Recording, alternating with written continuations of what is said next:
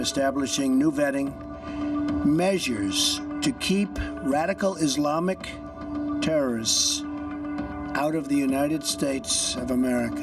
We don't want them here. Donald Trump, just last Friday. Supposedly, he's now the most powerful person in the world. So how has the world changed? We've got three key questions tonight for our Turning Point experts.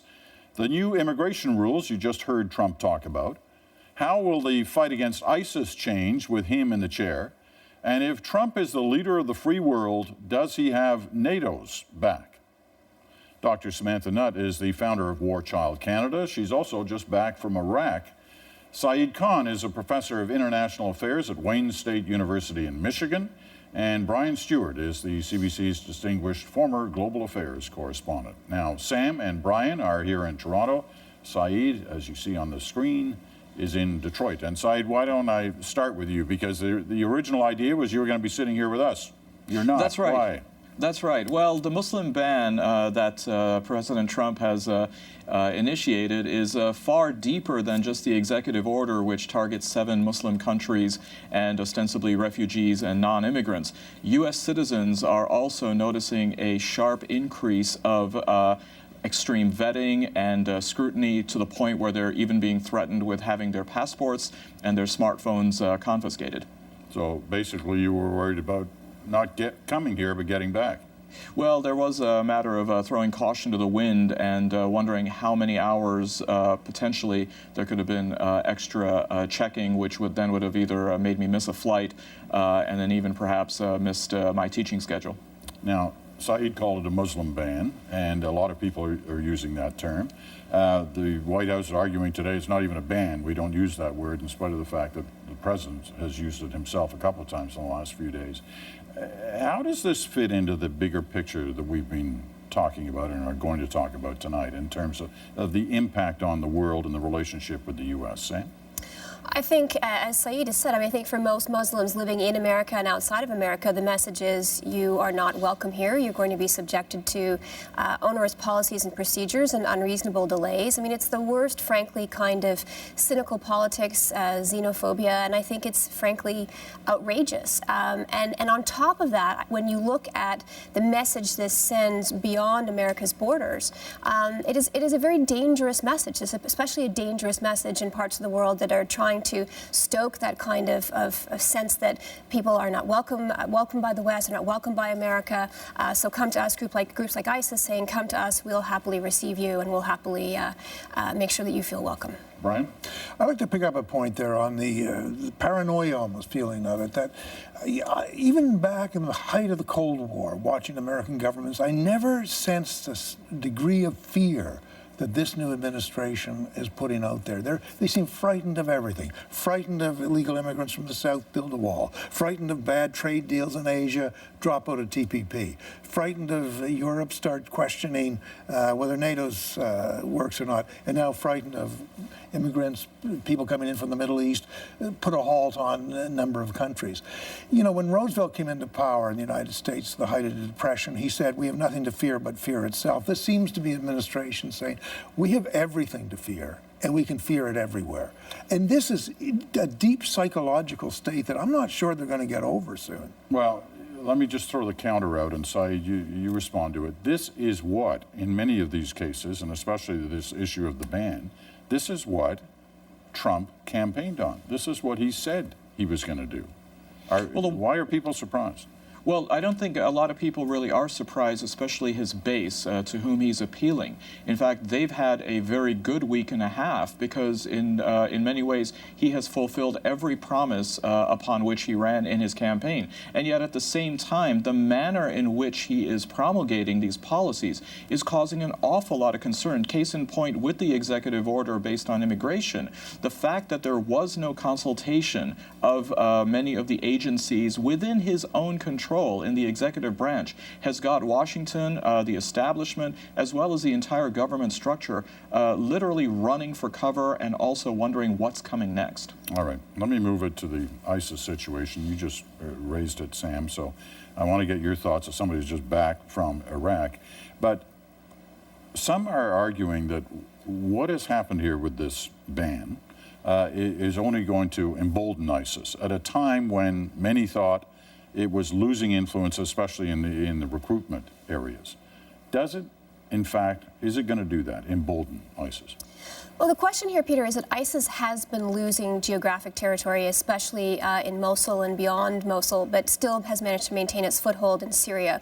So in terms of ISIS's ability to recruit people to go overseas and fight for them, I still think that that is not necessarily going to be influenced by this. But what I do think that these kinds of policies and procedures will do is it will mobilize, it will activate some of those lone wolf or small cell networks who will feel much more aggrieved, much more excluded. It will pander to that sense of victimization. So whether they are officially part of ISIS or whether they're part of another more militant movement, or even if they're just self-radicalized, the outcome is still the same, which is that this kind of violence that people are bearing witness to, this sense of exclusion, will beget, unfortunately, other forms of violence. Brian, where are you on that? Well, I agree. I think it's going to stoke up really a desire, not only on ISIS, but remember the not dead yet Al-Qaeda. And as Sam said, lone wolf operators to strike fast and strike out. The one feeling I have too is we shouldn't just think this is going to be a U.S. thing. That is, it has increased risks for Americans abroad, Americans perhaps at home, but certainly abroad, and American soldiers in the field. I think it will certainly increase some risk. But also, I don't think terrorist groups are all that discerning on who they strike out at. I think Western nations in general, Canada, Europe, are also going to have heightened security concerns now because of this amazingly inept move by the U.S. government.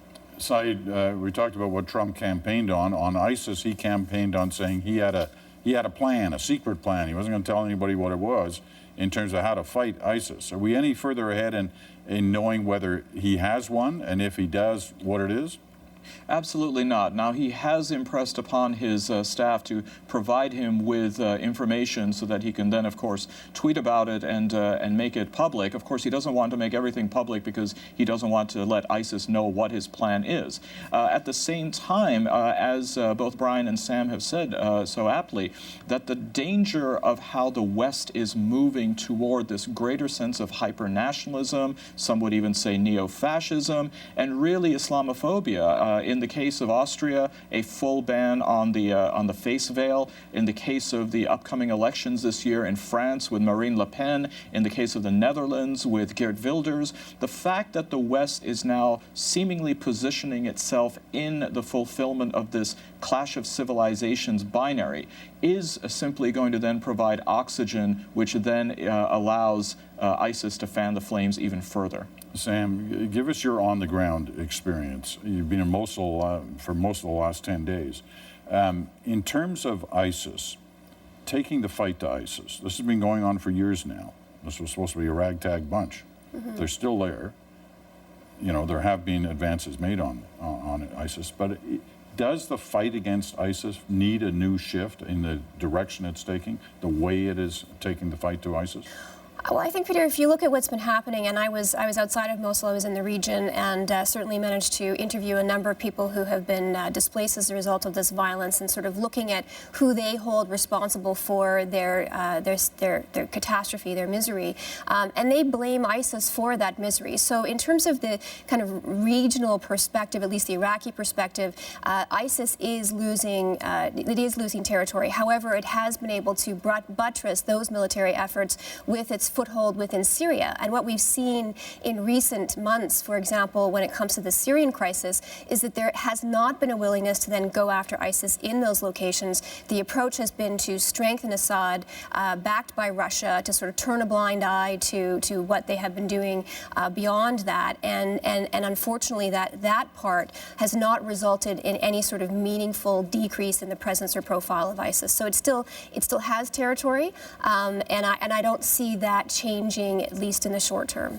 All right, Brian, you mentioned earlier the relationship between the U.S. and the rest of the world, in particular its NATO allies. Does this new president, does he or does he not have NATO's back? Well, before I say that, I just want to say one thing on the ISIS fight, if I could, because the only way forward I think he's going to find that's going to be new, apart from more airstrikes, is to go in alliance with Russia. Yeah. And to go in alliance with Russia is to bring him in alliance with the Assad regime, with Turkey, which is going through a somewhat difficult stage, let's say, and with Iran and with Hezbollah. So I think NATO is standing back wondering, who's he going with here? I mean, he will increase Russia's influence in the Middle East, certainly by going in alliance with Russia. That's going to change an awful lot of European thinking. I think he's now deciding, because he's under some pressure, that he has to seem more pro-NATO.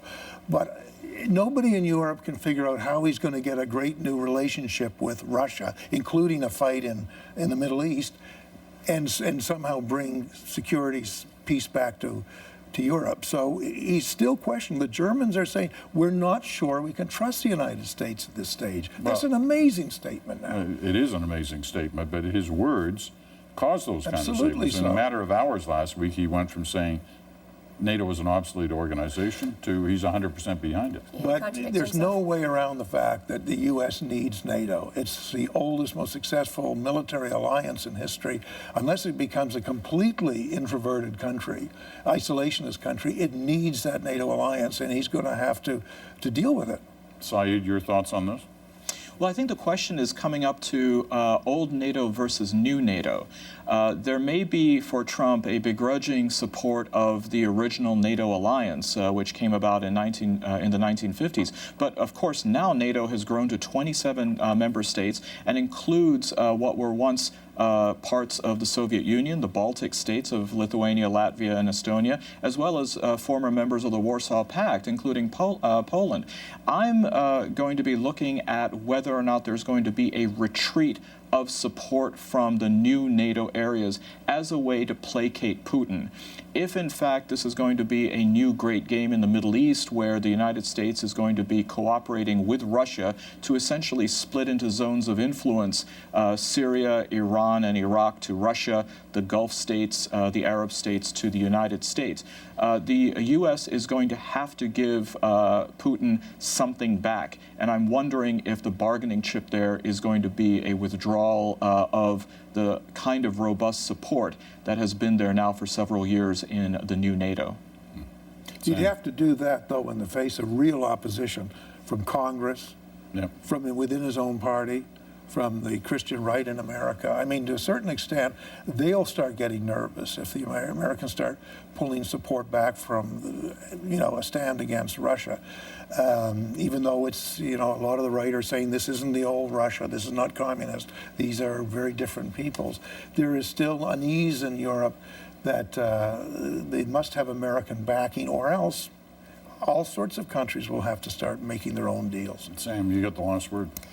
Well, I think that there's such inconsistency with this policy. We're seeing a massive reconfiguring of the Arab world in the Middle East. We're seeing tremendous regional tensions that have been flaring up. We're seeing a contradictory policy from the American administration in terms of banning Iran and Syrian and Iraqi refugees, for example, and yet effectively propping up Assad, propping up Iran, supporting Russia in those endeavors, not putting on that list Saudi Arabia, which had the largest number of contributors to the September 11th attacks. So that incongruity is sending a great deal of confusion out into the world, but also creating so much tension and so much resentment that I just see that if we continue down this path, from a geopolitical perspective, what we're going to be seeing is less of a world order and more of a world disorder. And frankly, in terms of the line of work that I do every day, dealing with people on the front lines of those crises, that is a very dangerous proposition. All right, we'll leave it at that. Thank you, Brian and Sam, and Saeed next time, right? You're gonna Absolutely. All right.